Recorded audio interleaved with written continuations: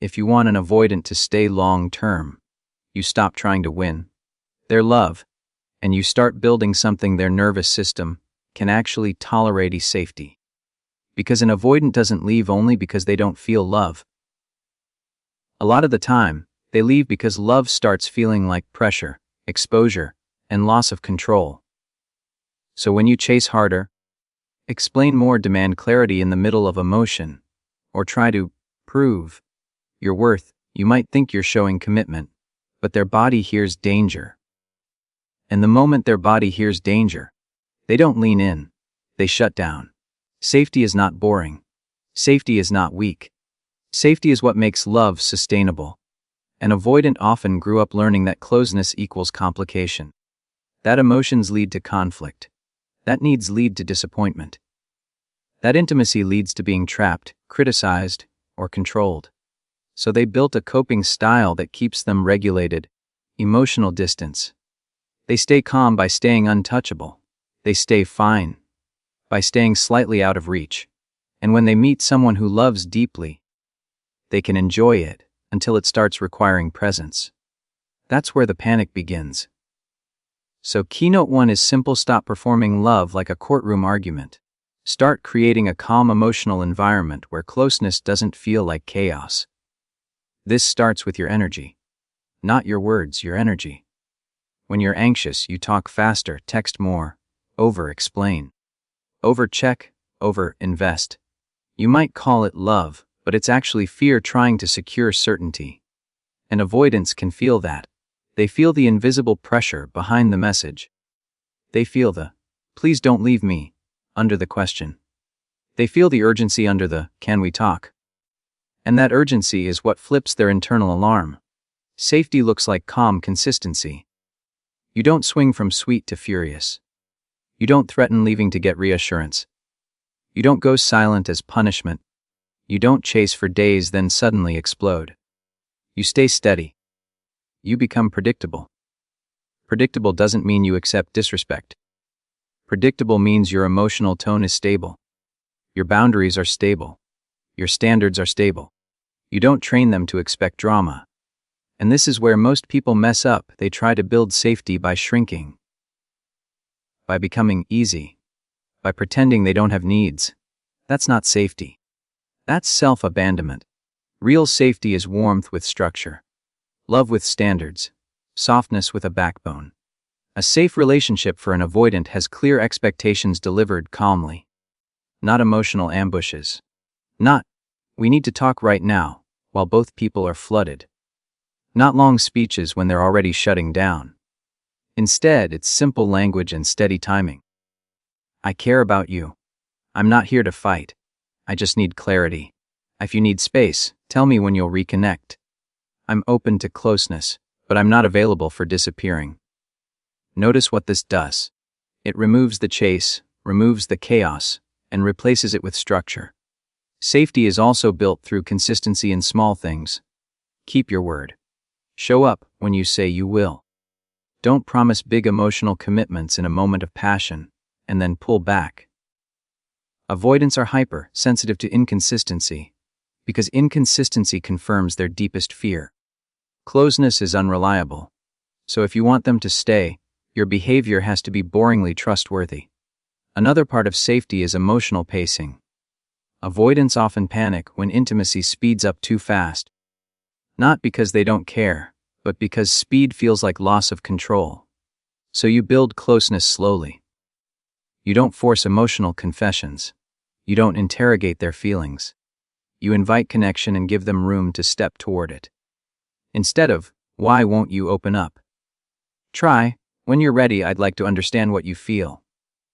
Instead of, "You never communicate," try, "Communication is important to me. Can we agree on how we'll handle space?" You're not begging. You're setting a calm standard. And here's the most powerful part. You become your own source of regulation. You don't make them responsible for your emotional stability. That doesn't mean you don't have feelings. It means you don't turn your feelings into panic that they must fix. You have a life. You have routines. You have self-respect. You can feel love without losing your center.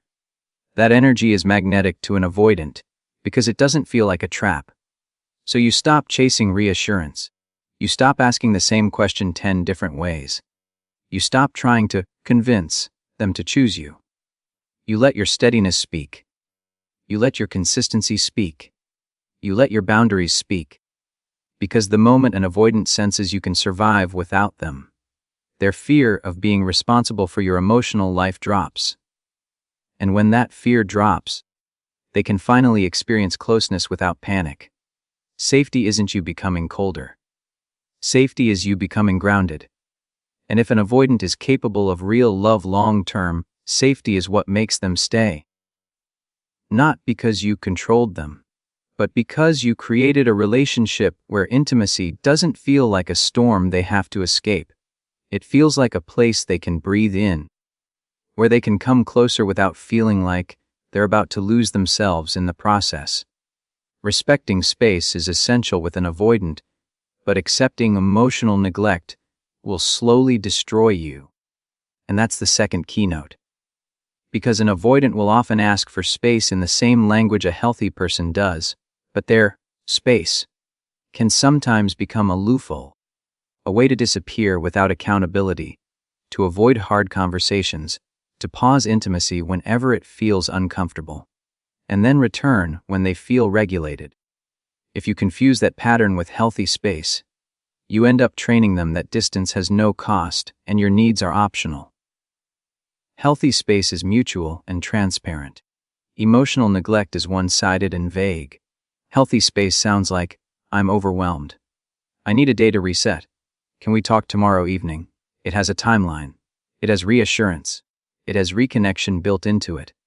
Emotional neglect sounds like, I need space.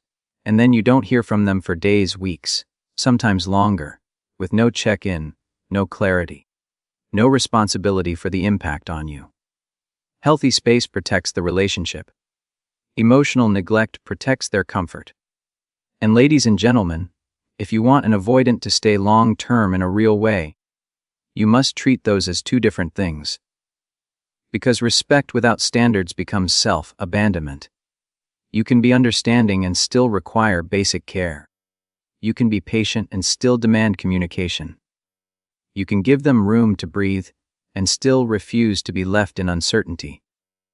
This is how you create safety for them without creating anxiety for yourself. The avoidant's nervous system gets flooded when they feel pressure. That's true. But your nervous system gets flooded when you feel abandoned. That's also true. A sustainable relationship has to protect both. It cannot become a one-way system where their comfort is prioritized at the expense of your emotional stability. So the key is to build a space agreement, not a dramatic contract, a calm standard you set early and consistently. Something like, I respect space. If you need it, say so. But I need a timeline and a check-in. Going silent is not okay for me. That sentence is not controlling. It's relational hygiene. It's what secure relationships do without even realizing it. Avoidants often interpret needs as demands because needs trigger their fear of being trapped. So your delivery matters. If you demand in the middle of panic, answer me right now, they shut down. But if you state your standard calmly, outside of conflict, it creates structure that reduces panic for both of you. It tells them exactly what safety looks like. It also tells your nervous system you're not powerless. Here's what happens when you don't set this boundary. They say, I need space. You get scared, so you either chase them, or you freeze and wait. You watch your phone. You overthink. You lose sleep. You start feeling small. You start questioning your worth. Then when they return, you're so relieved that you accept anything. You don't address the silence, you just take them back. And now you've trained the relationship disappearing works. Disappearing resets everything. Disappearing gives them control and costs them nothing. That's why the cycle repeats. Respecting space becomes enabling avoidance. So keynote 2 is about balance. You respect space, but you don't reward disappearance. If they need space, you give it, without chasing, without long paragraphs, without emotional bargaining. But you also keep your standard. You can say, "I hear you. Take the space you need. Let's reconnect tomorrow at 7. If they agree, great. If they resist even that small structure, that tells you their space isn't about regulation, it's about escaping responsibility. And what if they go silent anyway? Then your response has to be calm consequence, not angry chasing. You don't punish. You protect. You don't send 10 messages. You don't collapse into begging. You keep your dignity. When they return, you don't pretend nothing happened. You say calmly, "I'm open to continuing, but I'm not available for disappearing." If we're doing this, we need a healthier way to handle conflict and space. Notice the power. You're not asking for constant closeness. You're asking for basic respect. This is also where you stop confusing loving them with tolerating everything. A lot of people think unconditional love means unconditional access. It doesn't. Love can be deep and still have standards. In fact, standards are what make love safe. Standards create the conditions where closeness can grow without destroying your self-respect. And the truth is, the avoidant will often respect you more when you respect yourself. Not in a toxic, make them chase way, but in a nervous system way. Your boundaries create predictability. Predictability reduces chaos. Chaos is what avoidants fear.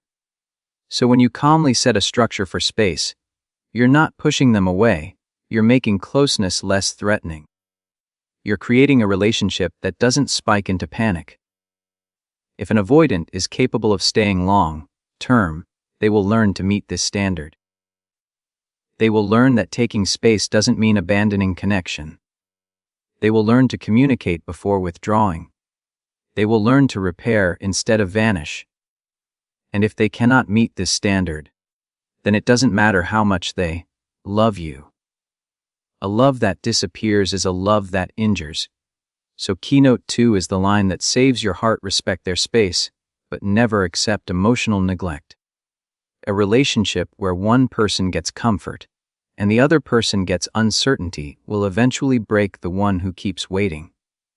Being warm without chasing is the third keynote, and it's one of the most misunderstood skills in avoidant dynamics. People hear, "Don't chase," and think it means act cold, act distant, act indifferent, play games. That's not what works. What works is warmth with self-respect, invitation without pursuit, interest without desperation. Because chasing doesn't create love, it creates pressure. And pressure is the exact thing that makes an avoidant shut down. Avoidants are extremely sensitive to the emotional weight behind communication. Two people can send the same sentence, but the energy under it is different. "Hey, how are you?" can be a simple check-in, or it can be a hidden demand for reassurance. "Can we talk?" can be a calm invitation, or it can be a panic signal that says, "Fix my anxiety right now." Avoidants feel that pressure like a hand on their chest. Even if they care, their nervous system hears, "I'm about to be required to perform emotionally." And their automatic response is to pull away. So keynote 3 starts with you regulating yourself first. Warmth is attractive when it comes from abundance. Warmth becomes suffocating when it comes from fear. When you're warm from abundance, you're offering connection because you enjoy it. If they respond, great. If they don't, you don't collapse. You don't chase. You keep living. That energy feels safe to an avoidant because it doesn't come with a hook. When you're warm from fear, you're offering connection because you're trying to stop anxiety. You're trying to secure certainty. You're trying to prevent them from leaving. That's when your texting speeds up. Your explanations get longer, your questions get heavier, and your tone becomes urgent. That energy feels unsafe to an avoidant because it suggests dependence. And dependence triggers their fear of being trapped. So the goal is not to stop caring. The goal is to stop chasing. Chasing looks like repeated messages when they haven't responded. Chasing looks like over-explaining your intention so they don't misread you. Chasing looks like trying to fix the mood when they withdraw. Chasing looks like negotiating your standards in real time. Chasing looks like emotional pleading disguised as communication. Warmth, on the other hand, looks like simple consistency, a calm tone, a clear invitation, space for them to come forward. Warmth says, I enjoy you. Chasing says, please choose me. Warmth says, I'm open. Chasing says, I can't handle your distance. Warmth says, let me know when you're free. Chasing says, why aren't you answering? If you want an avoidant to stay, you must stop training them that withdrawal gets rewarded with pursuit. Because when you chase, the avoidant learns this. If I distance, they'll close the gap. That makes their nervous system lazy. It makes them rely on you to bridge. It also makes them lose respect for the connection, because anything they don't have to work for feels less valuable. Now, warmth without chasing doesn't mean you tolerate inconsistency. This is important. Because some people here don't chase, and they become passive. They wait forever. They accept crumbs. They keep their heart open while the avoidant does whatever. That's not warmth. That's self-abandonment. Warmth without chasing is a very specific posture you offer, then you observe. You invite connection once, maybe twice, then you stop. You don't punish. You don't sulk. You simply let silence be information. If they want closeness, they'll respond. If they don't respond, you don't try to force desire into them. You keep your dignity. You keep your life. You keep your center. And when they come back, you don't reward the pattern by immediately flooding them with attention. You receive them calmly. You continue being warm, but you don't become wide open again unless consistency returns. Because your heart is not a revolving door. This is how you make your warmth powerful. It becomes something they can feel, but not consume without responsibility. If they're used to you chasing, your calm will feel strange at first. They might test it. They might breadcrumb. They might send a casual, hey, after days of silence to see if you'll rush back. This is where most people fail. They take the bait. They flood the avoidant with warmth. The avoidant feels safe again. And then the avoidant pulls away again. The cycle restarts. Instead, you stay warm and steady. You can respond kindly, but with structure. Good to hear from you. I'm open to talking. When are you free? That sentence is warm, and it also requires effort. It invites connection, but it doesn't chase. It moves the energy from random contact into real interaction. Because the avoidant will stay long-term only if they learn that closeness is built through steady effort, not through you chasing them into it. Your job is to create a relationship environment where they can approach without panic, but they also can't disappear without consequence. That's the sweet spot. Warmth with boundaries, presence with standards, kindness with self-respect. And once an avoidant feels that kind of warmth, warmth that doesn't beg, warmth that doesn't chase, warmth that doesn't collapse, they can finally breathe. Because they feel something they rarely feel in relationships, love that is real, but not demanding, closeness that is available, but not controlling, connection that is consistent, but not chaotic. Low drama, high trust is the fourth keynote, and it's the foundation of any relationship that an avoidant can actually stay in long term. Because avoidants don't leave only because they don't feel enough. They leave when intimacy starts feeling like chaos. When emotions spike, when conflict turns into explosions, when reassurance becomes a constant emergency, when every disagreement feels like a courtroom, their nervous system goes into threat mode. And in threat mode, they don't bond. They escape. So if you want an avoidant to stay, you stop building the relationship on intensity and start building it on trust.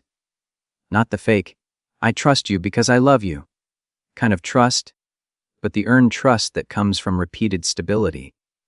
The kind of trust that makes closeness feel safe instead of suffocating. Hi, trust begins with reliability. Do you do what you say you will do? Do you follow through? Do you keep your word in small ways? Avoidants watch this more than they admit. They may not praise you for it, but they relax when you're consistent. Consistency reduces their fear that closeness will become unpredictable. And when avoidants relax, their capacity for care expands. They become less defensive, less guarded, less reactive. Low drama doesn't mean no feelings. It means your feelings don't become weapons. Low drama is not pretending you're fine. It's being able to speak your truth without turning it into a storm. It's not threatening, not punishing, not testing. It's not saying, "We're done," to get attention. It's not disappearing to make them chase. Those tactics might create temporary intensity, but intensity is not intimacy. Intensity is nervous system addiction. Intimacy is safety. And this is where so many people sabotage themselves. They think drama equals passion. They think emotional spikes prove love. They think conflict is a sign of depth. But for an avoidant, drama confirms their worst belief. Relationships are unsafe. Closeness equals pain.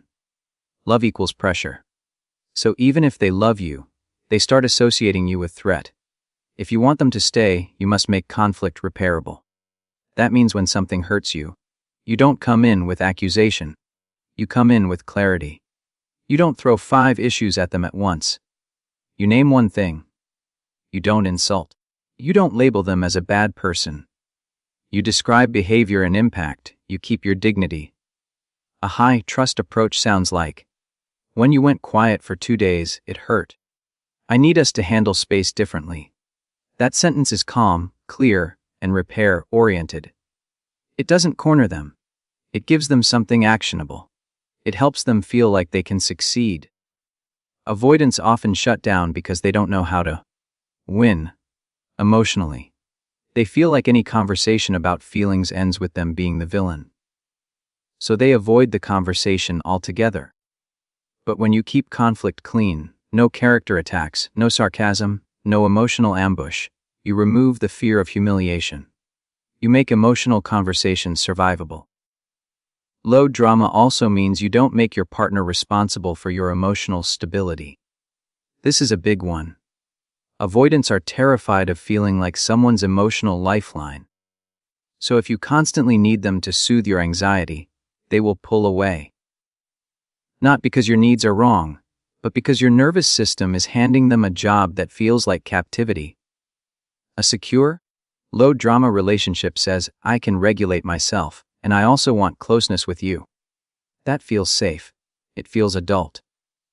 High trust means you create predictable rhythms, not suffocating routines, but simple structure weekly quality time, small check-ins, clear expectations around communication. Predictability makes intimacy easier for avoidants because it reduces uncertainty. Uncertainty makes them feel trapped because they can't anticipate what you'll need. But when the relationship has a rhythm, closeness becomes something they can prepare for instead of something that ambushes them. Low drama, high trust also means you don't use silence as punishment. Avoidants already use distance as regulation. If you respond to their distance by weaponizing distance, you create a cold war. 2 people withdrawing creates a relationship that dies quietly. Instead, you model mature repair calm conversations, clear requests, and boundaries that protect you without attacking them. And here's the truth: low drama doesn't mean they get to avoid responsibility. It means you require responsibility without chaos. You can say, "I'm not fighting, but I'm serious. I need consistency." That's power. Calm power. Because the relationship that lasts isn't the one with the biggest feelings. It's the one with the best repair. It's the one where love doesn't have to scream to be real. It's the one where both people can be imperfect without becoming unsafe.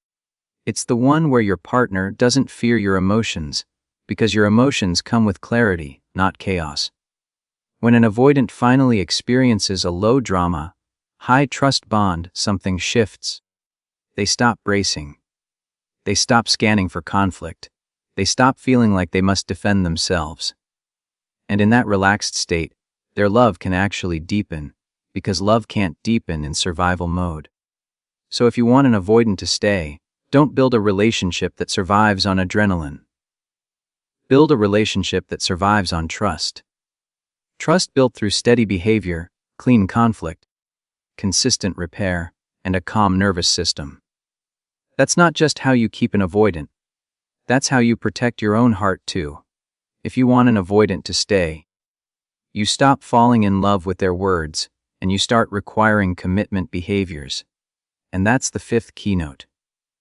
Because avoidants can be incredibly convincing in moments of emotion. They can say the right things when they miss you, when they feel you pulling away, when their fear of loss spikes. They can promise change. They can sound sincere. They can talk about the future in a rush of closeness. But the real question is not what they say in a warm moment. The real question is what they do when intimacy becomes ordinary and responsibility becomes real. Commitment is not a feeling. Commitment is a set of behaviors repeated over time.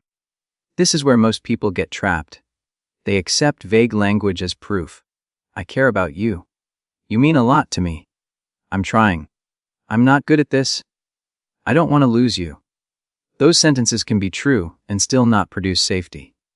Because safety comes from consistency, not sentiment.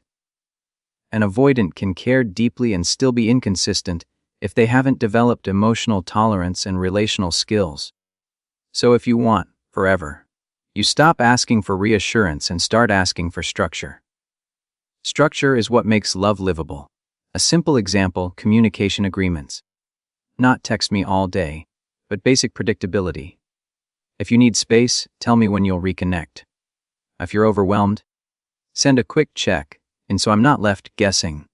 These are small behaviors that prevent the relationship from becoming an anxiety machine. They also help the avoidant, because clarity reduces pressure. Pressure often comes from ambiguity. When nobody knows what's happening, emotions spike, and avoidants hate spikes. Another commitment behavior is consistent time. Avoidants can drift when the relationship is unstructured. They'll see you when they feel like it, then disappear when they feel flooded. But long-term love needs rhythm. Let's have one planned date night a week. Let's do a short check-in every Sunday. That's not controlling. That's building a relationship on purpose instead of impulse. Now, here's the key. You're not requesting these behaviors like a needy person begging for scraps. You're stating them like a self-respecting adult who knows what a healthy bond requires. Your tone matters. Your energy matters. Calm, clear, grounded. I like you. I want this to work. For me, consistency matters. Can we agree on how we handle space and communication? That's not pressure. That's leadership. That's maturity. Avoidants often fear commitment because they imagine commitment as captivity. They imagine it as someone controlling them, checking them, demanding constant emotional performance. But when you translate commitment into small behaviors, it becomes less scary. You're not saying, never needs space. You're saying, when you need space, do it in a way that doesn't abandon the connection. Because the avoidant's biggest problem in relationships is not space. It's disappearing. Space with communication is healthy. Disappearing without communication is neglect. So your commitment behaviors should focus on repair. Repair is one of the strongest predictors of long-term success. What happens after conflict? Do they come back and address it, or do they pretend it didn't happen? Do they apologize without excuses, or do they defend and blame? Do they validate your feelings, or do they minimize? A relationship can survive a lot if it has repair. A relationship cannot survive chronic avoidance of repair, because unrepaired wounds pile up. So you ask for repair behaviors. If we have conflict, I need us to come back within 24-48 hours and talk. I need us to resolve, not just cool off. If that feels too structured, remember, structure is not punishment, it's protection. And here's the part where your standards become the turning point. Because avoidants often test whether you mean what you say. They don't always do it consciously, but it happens. They might agree to a standard, then slip back into old patterns. They might disappear again. They might push boundaries to see if you'll chase. This is where you either train the relationship to grow or train it to repeat. If you reward inconsistency with instant forgiveness and full access, You teach them that your standards are negotiable. If you calmly hold the standard, no drama, no begging, you teach them that love in your life requires safety. That could sound like, I'm open to continuing, but I'm not okay with disappearing. If it happens again, I'll step back. Then, if it happens again, you actually step back. Calm consequence is what creates change, not emotional lectures. And please understand, this is not about controlling an avoidant. You cannot control anyone. This is about giving them a clear map of what it takes to stay with you. It's about removing confusion. It's about stopping the cycle, where they get comfort without responsibility, and you get anxiety without clarity. Commitment behaviors are the bridge between love and trust. Love without behaviors becomes an emotional roller coaster. Behaviors without love becomes empty routine, but love plus consistent behaviors becomes a relationship that can last. So if you want an avoidant to love you forever, you stop chasing their feelings and you start measuring their actions. You stop getting hypnotized by intensity, and you start requiring consistency. You stop settling for words in the heat of the moment, and you start building habits that make intimacy stable. Because forever is not a promise someone makes when they're emotional. Forever is what someone proves when it's ordinary, when it's hard, when the relationship requires them to show up, even when their nervous system wants to run.